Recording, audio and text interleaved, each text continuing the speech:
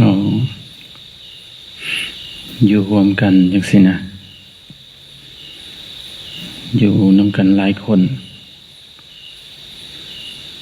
เราก็ต้องมีระเบียบแล้วก็ต้องมีผู้นำ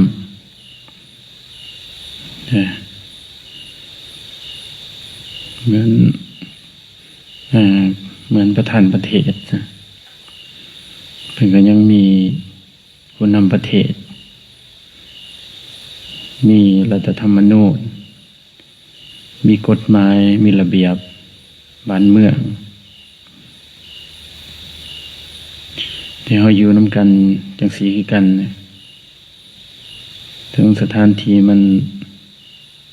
น้อยสถานที่มันบ่ใหญ่แล้วก็คนก็บ่ใหญ่เฮาก็คนบ่หลายเฮาก็ปกครองกันสำเฮามีสินะแต่ถ้าเมื่ออยู่นำกันแล้วก็ต้องมีกฎเกณฑ์มีระเบียบสิ่งที่ครูบาอาจารย์เพิ่นวางไว้เช่นว่าโมงนี้เฮ็ดจังซี่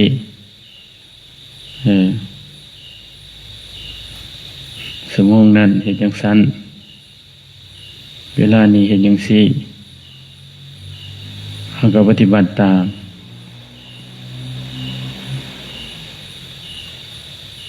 ทุกอย่างมันก็ต้องมีระเบียบระบบเรียกว่าการจัดตั้งเพราะว่ามันเป็นกติกาของโลกการอยู่รวมกันจังซี่เหมือนว่าเหมือนกระปูอยู่กระดง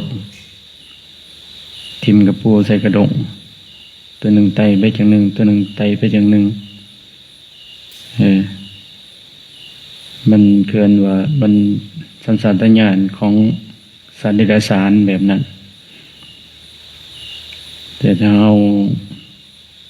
อยากฝึกอยากคัดอยากปฏิบัติเขาก็สัญชาตญาณของพระอริยเจ้าเอาสัญชาตญาณของครูบาอาจารย์เอาสัญชาตญาณของผู้ที่มีกิเลสน้อยหรือว่าผู้ที่บ่มีกิเลสจังซี่เช่นพระพุทธเจ้าเฮาสิเพิ่นมีกิเลสบ่มีกิเลสน้อยบ่มีกิเลสพอดีเช่นว่าถ้าผู้ใดปฏิบัติตามเพิ่นถ้าผู้ใดทำตามเพิ่นบอกเพิ่นสอนซะได้ดีหมดทุกคนเลยถ้าผู้ใดปฏิบัติตามฉะนั้นเราต้องอย่าเอาตามใจตัวเองตามอารมณ์ตัวเองตามความคิดตัวเองคือบางคนเว้าว่าคอยเห็นหูแล้วแหละบ่จำเป็นต้องฟังดอกบ่จำเป็นต้องปฏิบัติดอกคอยหูแล้วแหละคำว่าคอยหูแล้วแหละนี่แหละมันเป็นทิฏฐิมานะมันเป็นอัตตาตัวตนคือครูบาเว้าจังซี่นี่กลัวสิได้เว้านี่มันก็บ่แม่นของง่ายเด้อดทนอดการอดทนกันเด้ส่วนเฮาอยู่นำครูบาอาจารย์หรือว่าอยู่นำผู้ที่เพิ่นอายุแก่กว่าพรรษาแก่กว่าผู้ที่เป็นปกครองเฮาหั่นน่ะเฮาก็ต้องได้อดได้ทนได้อย่าเว้าก็บ่ได้เว้าแหล้วเห็นคนอื่นมันบ่คักบ่แน่ในใจก็บ่ได้เว้าแหล้วเห็นคนอื่นจังซั่นจังซี่ก็บ่ได้บอกแหล้วบ่มีหน้าที่เพิ่นว่าเฮาบ่มีสิทธิ์เว้าเมื่อมันอยากเว้าอยากว่าก็ต้องต้องทนจนชั่วซ้ำเฮามีโอกาส จนชั่วซ้ำเฮามีพื้นที่สำหรับเฮาตัวนั้นนะเฮาจึงสามารถเว้าเฮาจึงสามารถว่าว่าบ่แม่นว่าหยังหรอกว่าให้คนเป็นคนดีนี่แหละแต่ว่าบางครั้งเว้าไปหรือว่าเฮาสิเว้าจังซี่เขาก็บ่พอใจแต่บางคนนะบางคนเขาก็ว่าแต่ทีมันน่ะหลายเด้บ่พอใจบ่มักสั่งเฮานะคนสั่งเท่าพื้นหนังคนหักเท่าพื้นเสือสิหรือว่าโลกธรรม8สิมันก็เป็นธรรมดาในคนเฮามันอยู่ในโลกนี้คนสั่งเฮาก็หลายแต่บางครั้งคนหักจักสิหลายสำคนสั่งหรือบ่แล้วบ่ฮู้แต่ว่าจังได๋ก็ตามสิสั่งหรือสิหักเฮาก็บ่ได้สนใจดอกว่าแต่เฮาได้ทำหน้าที่ของเฮาได้ทำตามพระพุทธเจ้าได้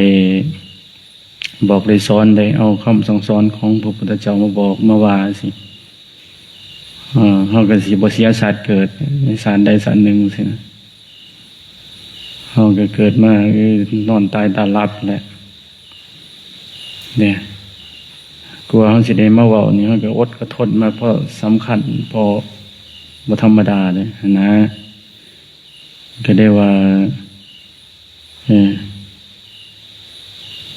มันมีโอกาสจังซี่คือบางคนก็เขาก็บ่อยากฟังมันก็เป็นมานะทิฏฐิมานะหนึ่งอีกคือว่าค่อยฮู้แล้วแหละค่อยฮู้ดีแล้วแหละอย่ามาบอกอย่ามาว่าค่อยทอดนะตอนเฮาอยู่นำครูบาอาจารย์ทั้งสิฮู้หรือบ่ฮู้มันเป็นคำสอนของพระพุทธเจ้าเฮาก็ยอมฟังเพิ่นบอกหยังเฮาฟังไปก่อนเป็นการลดทิฏฐิมานะของเขาคือกันเป็นการเฮาได้อดได้ทนคือกัน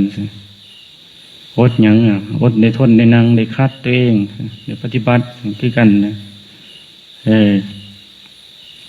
เพราะว่าเฮาให้ความเคารพธรรมได้ให้ความเคารพคำสอนของพระพุทธเจ้าซะนะแต่บ่แม่นว่าผู้น้อยเว้าแล้วบ่อยากฟังคือบางคนนะบ่แม่นว่าขอให้ครูบาอาจารย์เนาะแต่มันเป็นบางคนนะมีปฏิฆะมีการตีเตียนมีการยินท่าผู้น้อยบ่ได้เว้าถึงสิน้อยที่ใหญ่มันเป็นของสากลในธรรมะสินะผู้ใดเว้าก็ได้ว่าแต่มันเป็นคำสั่งสอนของพระพุทธเจ้าแต่ว่าเรื่องปัญญาตังแต่ว่าเรื่องความอันนั้นสติปัญญาเพิ่นหรือว่าใจเพิ่นสันมันก็เป็นอีกแบบนึงมันเป็นจะตังสิบรรลุหรือบ่บรรลุสิเห็นธรรมหรือว่าเห็นธรรมมันยังมันก็เป็นเรื่องปัจจตังของแต่ละคนหูเฉพาะตนคันที่จริงแล้วคันคือบางคนน่ะคันเขาสละความกลัวสละความคือว่ากินกามเกียรติกลัวสิกลัวหยังกลัวย่านเขามาแย่งมาแซงมาจังสันจังซี่กลัวย่านทั้งแนวนั้นแนวนี้นะมันเบิดตัวนี้แหละเขาสามารถเว้าได้อีกกันบริยานผู้ใดในโลกนี้เพราะว่ามันเป็นสภาวะของความว่างเปล่าเส้นว่าสันนะสิไปย่านนั้นยังเฮาทำคุณงามความดีเฮาสิไปได้อายยังเฮาทำคุณงามความดีอีกสันนะคือบางคนว่าข่อยฮู้แล้วแหละคือเข้าใจได้แล้วข่อยปฏิบัติมาจากนี้ได้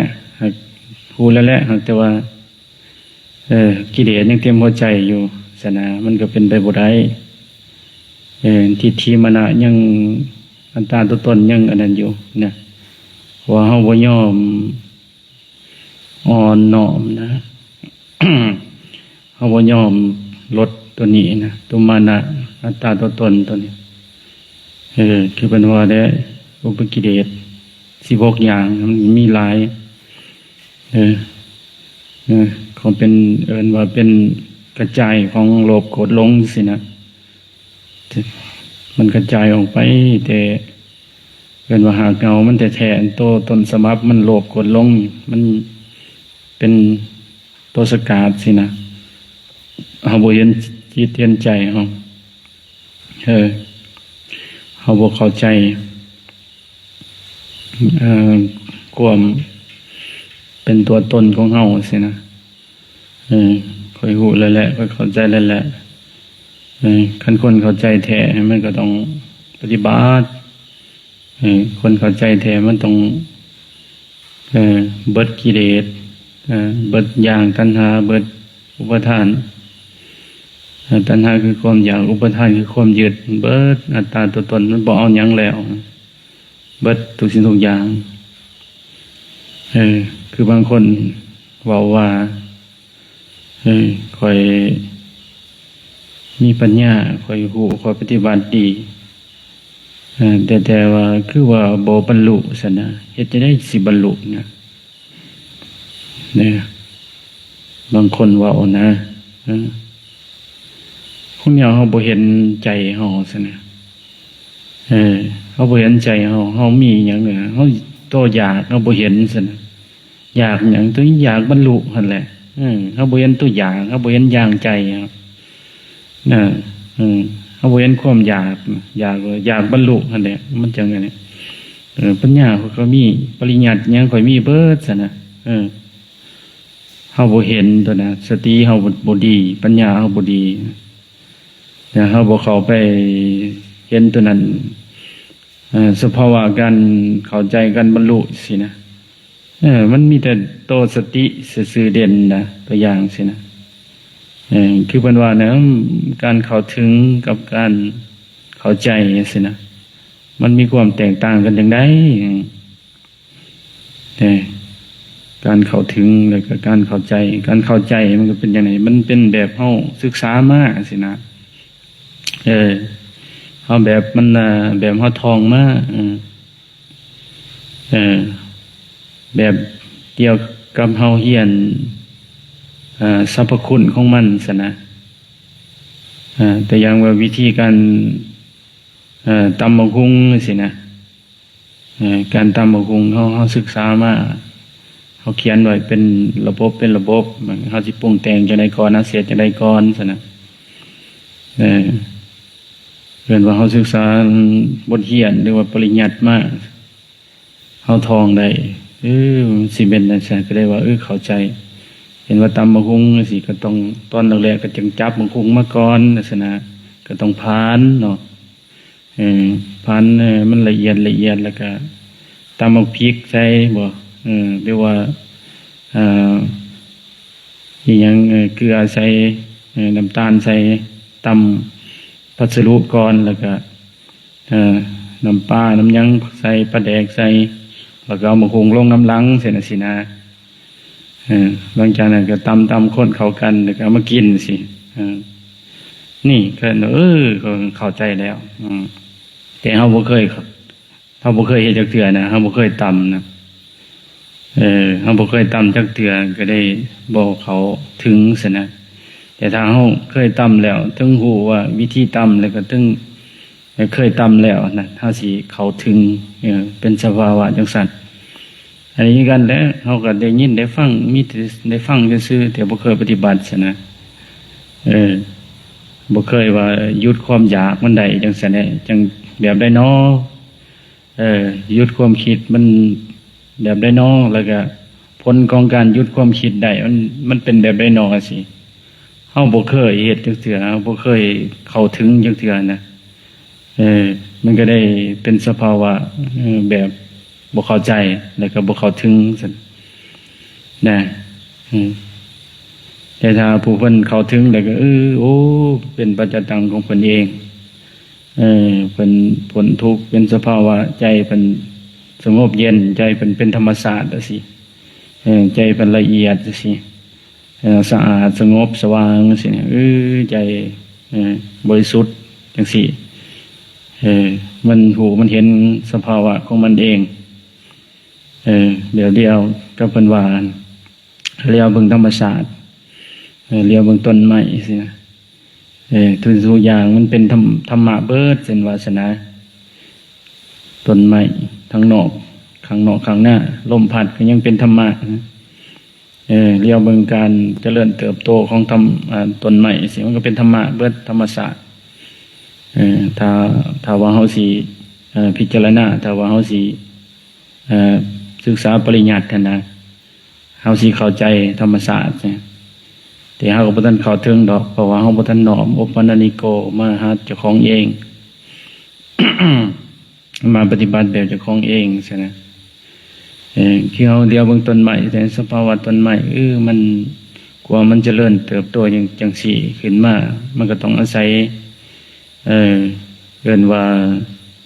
เครื่องรอเลี้ยงมันจุลินทรีย์ยังต่างๆน้ำในแสงแดดยังต่างๆประกอบกันหลายสิ่งหลายอย่างกลัวมันสิเจริญเติบโตเป็นต้นใหม่แต่ก็มันใส่เวลาเท่าใดอีกกลัวมันสิเป็นหมากเป็นใบเขาเรียกเบิ่งจังซี่นะครับมันก็เป็นความเข้าใจอันหนึ่งเป็นความเข้าใจอันหนึ่งบัดนี้ความเข้าใจนั้นเฮามาน้อมมาหาตัวเองเฮาก็สิเข้าถึงเข้าถึงว่าเฮาก็บ่แตกต่างหยังกับสภาวะของต้นไม้สินะสังเกตเบิ่งผู้ปฏิบัติสินะถ้ามันเข้าถึงแล้วนะตัวอย่างว่ามันเจอกับเฮาสินะเช่นว่ามีโจรจับเฮาไปสินะมีโจรจับเฮาไปแล้วมันก็ไปมัดเฮาไว้มัดเฮาไว้แล้วมันก็เสียมีดแลไปแลโตห่างกายเฮานี่นะเขาเสียจังได๋เขาสิวางใจจังได๋สังเกตเบิ่งบ่เสียงแต่อย่างว่ามันแลมันเอามีดแลปาดหนังเขาเสียจังได๋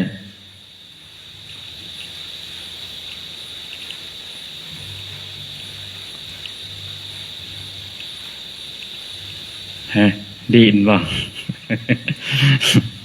ว่าจิรอกระปอมเสียจังได๋พิจารณาเบิ่งว่าพอกสิทธิ์เฮ็ดจังได๋ดีนบ่ห้องสวยแน่บ่นะคนมาซอยบ่เคินว่าเฮาเฮ็ดจังซั่นน่ะว่าเฮาแค่กระทำปลายเหตุมันถ้าทำปลายเหตุถ้าเฮากระทำต้นเหตุมันจังซี่นะเอาโอปนานิโกมาหาเจ้าของเองซะนะมันก็เป็นสภาวะมีแต่นั่งเบิ่งมันโลดนั่งเบิ่งคนแล้วก็นั่งเบิ่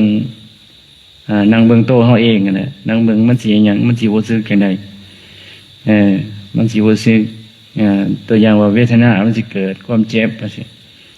นั่งเบิ่งมันโลดแสดงว่าเฮาสภาวะจิตใจเฮามันเข้าถึงมันบ่หยาดบ่กลัวมันบ่สะทกสะท้านเนี่ยเสยอยู่ซั่นนะนิ่งอยู่เป็นใจเป็นสแตนดาร์ดอยู่เบิ่งเวทนาเบิ่ง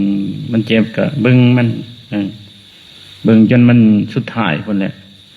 เบิ่งการเกิดการดับของมันซั่นนะจนมันก็บ่เที่ยงกันเช่นว่าความเจ็บจังซี่เบิ่งศีลเฮามันเขาปาดออกมันก็เป็นธรรมศาสตร์ดินน้ำลมไฟมันก็สิกลับคืนสู่ธรรมศาสตร์มันเฮาเบิ่งจังซี่เอาเบิ่งต้นเหตุมันเบิ่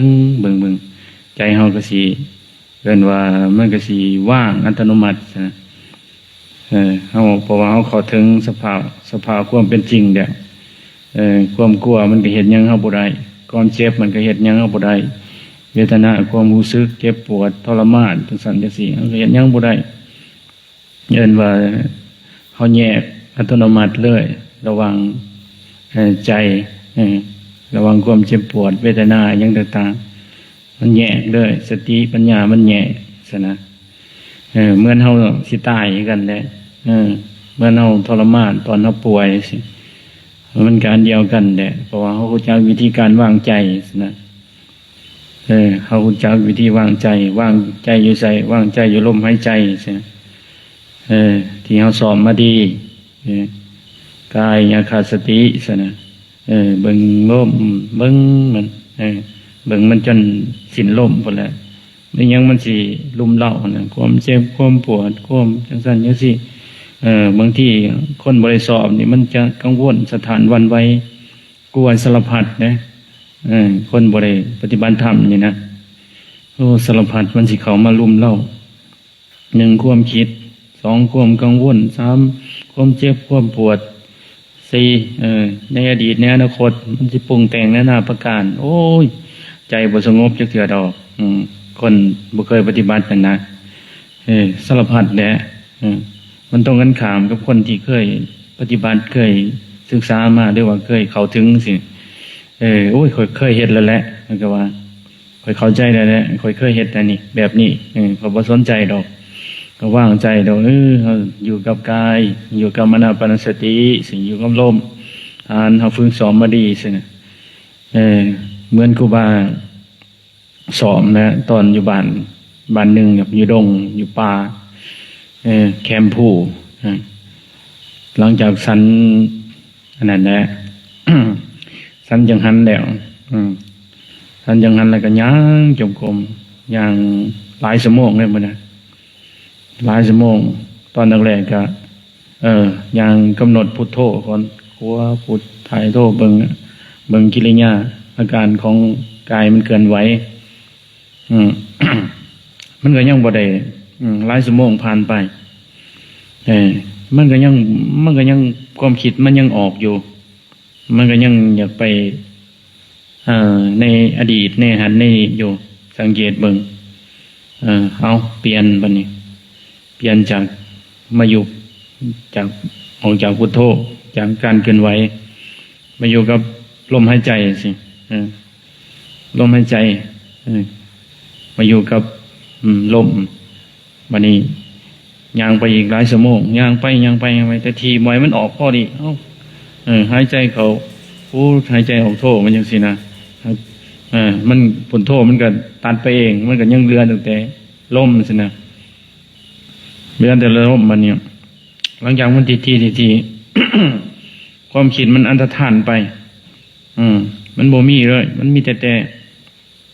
ตัวเด่นขึ้นมาคือลมหายใจมันแต่หูซื่อหูลมออกลมเข้าซื่อบัดนี้ก็เมื่อยยังหลายชั่วโมงแล้วมานั่งพักบัดนี้นั่งพักบัดนี้มันรู้สึกแบบในเอิกเฮานี่มันสว่างจ๋ามันสว่างขึ้นโอ้มันแบบเกินว่ากิเลสบอกเลยว่าอีหยังเนี่ยมันญาณอีหยังมันเกิดขึ้นนี่นะก็ถือว่าโอ้ความเพียรแบบมันเป็นว่ามันขาดสะบัดนะนี่แหละเกินว่าก็ได้ว่า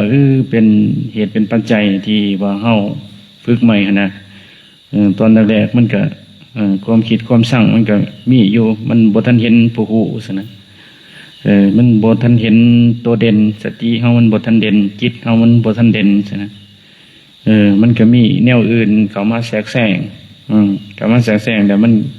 ครอบงำอยู่คือพระพุทธเจ้าเนี่ย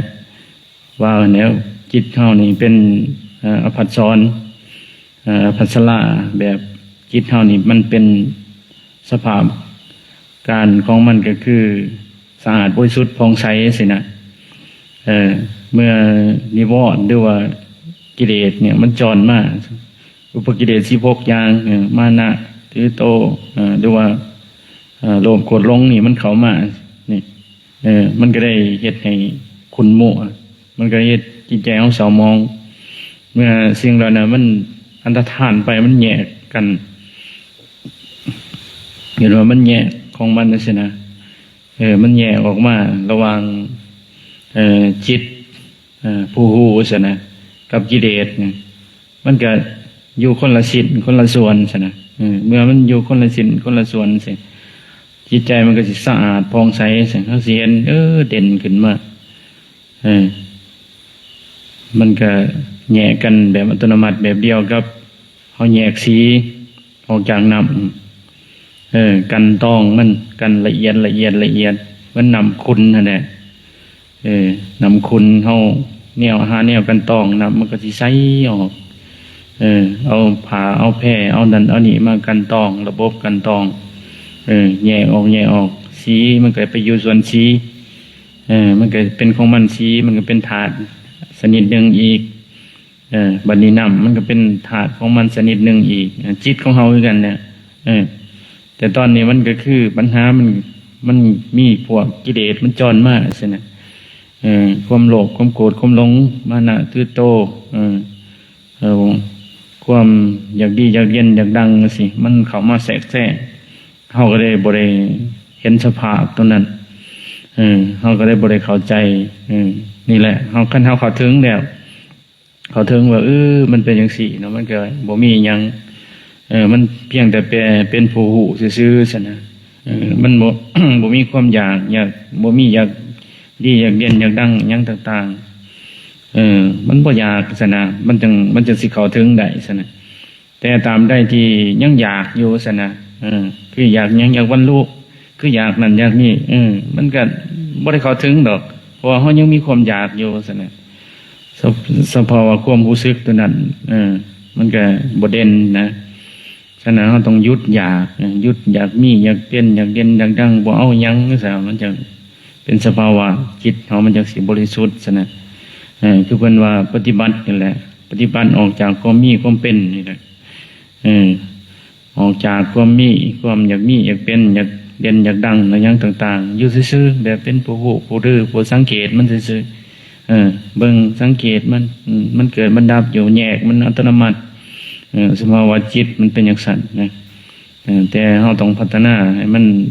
ดีให้มันเด่นเราต้องอาศัยการอาศัยเวลาบ่แม่นว่ามื้อนึง2มื้อเฮาสิเป็นอย่างสั่นนะเห็นว่ามันเป็นปัจจตังผู้เฉพาะต้นผู้เฉพาะต้นของจังซี่นะเพราะว่าจิตใจกับจิตใจเฮาสินะกิเลสกับกิเลสเฮาบ่มีผู้ใดที่จะมาเอาออกให้เฮาได้นะบ่มีผู้ใดที่จะมาชำระชำแหละให้เฮาได้บ่มีผู้ใดที่มาจะเบิ่งของเฮาได้สินะคันเฮาบ่เฮ็ดตัวเองคันเฮาบ่เบิ่งตนเองสินะแต่ต้องอาศัยตนเองสินะอาศัยพระพุทธพระธรรมพระสงฆ์สิคือพระพุทธพระธรรมพระสงฆ์ก็อาศัยคำสอนเพิ่นสินะแต่ที่จริงแล้วก็อัตถิตโนนัตโธเนี่ยตนแลเป็นที่พึ่งของตนเนี่ยสำหรับตนกินข้าวกับตนเองกินหายใจกับตนเองหายสำหรับกิเลสย่างจมกลมกับตนเองย่างภาวนากับตนเองภาวนานี่เกินว่ามันยังสิเป็นยังสัตว์แต่ตอนแรกเขาเกือกูลกันก่อนคือสังสีแหละซอยกันเจ้ามีเขานำโภชนาอาหารกับซอยผู้ประพฤติปฏิบัติธรรมอาศัยสังกันและกันเกินว่าสร้างเหตุประนำกันบันนันกาแย่กันแล้วบัดนี้ตายไปตายมันซะนะบุญไผบุญมันเฮามีบุญสำนีเฮาก็เป็นเหตุเป็นปัจจัยตามใดที่เฮายังเวียนว่ายตายเกิดอยู่เฮาก็อาศัยญาณพาหนะตัวนี้เสบียงตัวนี้เพื่อศาสนาภพหน้าดำเนินต่อไปอีกเนี่ยแต่ถ้าผู้ที่สิ้นกิเลสแล้วเบิดกิเลสแล้วเพิ่นก็บ่มีเหตุมีปัจจัยเพิ่นก็เบิดไปเศร้าเกิดชนะเมื่อบ่มีเกิดก็บ่มีการแก่บ่มีการเจ็บบ่มีการตายบ่มีการร้องไห้ลำดีลำพันกันคือว่าจบสินะนี่แหละพระพุทธเจ้าเฮาเพิ่นอยากเมตตาพระพุทธเจ้าเฮาอยากสวยสัตว์โลกสินะฉะนั้นเพิ่นก็ได้มาบอกมาสอนเฮาตอนแรกเพิ่นก็พิจารณาได้หลังจากเพิ่นตรัสรู้แล้วเพิ่นเข้าใจสภาวะธรรมชาติเนี่ยเขาถึงแล้วสินะโอ้ยธรรมนี่มันเป็นละเอียดของประณีตนี่จะได้น้อคนสิไปเว้าให้คนอื่นฟังเขาจังสิปฏิบัติเขาจังสิเข้าถึงคือเฮาสิบัดนี้มีพระอินทร์บอกดูพระผมมาจโลกาภิวัติปฏิสัมปติเหมือนอันนี้คำอารัธนาเทศนั่นเนี่ยผมเป็นคนอารัธนาห้อยมีแล้วว่าซั่นมีผู้ที่ปัญญาเฉียบแหลมมีอยู่ได้มีผู้ที่อินทรีย์แก่กล้าคัน พระพุทธเจ้าไปโปรดแสดงหรือว่าพระพุทธเจ้าไปสงเคราะห์เขาอาจจะมีผู้ที่เขาถึงผู้ที่สร้างอินทรีย์บารมีมาฉะนั้นเพิ่นก็ได้ไปโปรดเพิ่นก็ได้สั่งสอนตอนนั้นแล้วมันพิจารณาเด้เพิ่นหลังจากเพิ่นเสวยสุขหลายวันเนาะจักวันเพิ่นบรรลุแล้วเพิ่นเสวยสุขของเพิ่นในกองต้นไม้นะเฮาก็คือกันแหละเฮาก็มีคือกันกับเพิ่นสิต่างแต่ว่าอินทรีย์บารมีบ่หลายต่อเพิ่นคือเฮามีคือหยังคือเพิ่นมีห่างกายมีอายตนะครบหูตาลิ้นร่างกายใจมีครบคือเพิ่นเฮาก็สามารถปฏิบัติได้คือพ่อแม่ครูบาอาจารย์หลวงปู่หมันหลวงปู่เสาหลวงปู่ซ่าสิหลวงตามหาบัวหลวงปู่พุทธทาสหรือว่าองค์อื่นๆต่อไปก็มีหลายเพิ่นก็ยังปฏิบัติเพิ่นก็ยังพาครูบาอาจารย์หลายอันหลายองค์พ้นทุกข์ซะก็ผางธรรมะมื้อนี้มื้อละเล็กมื้อละน้อย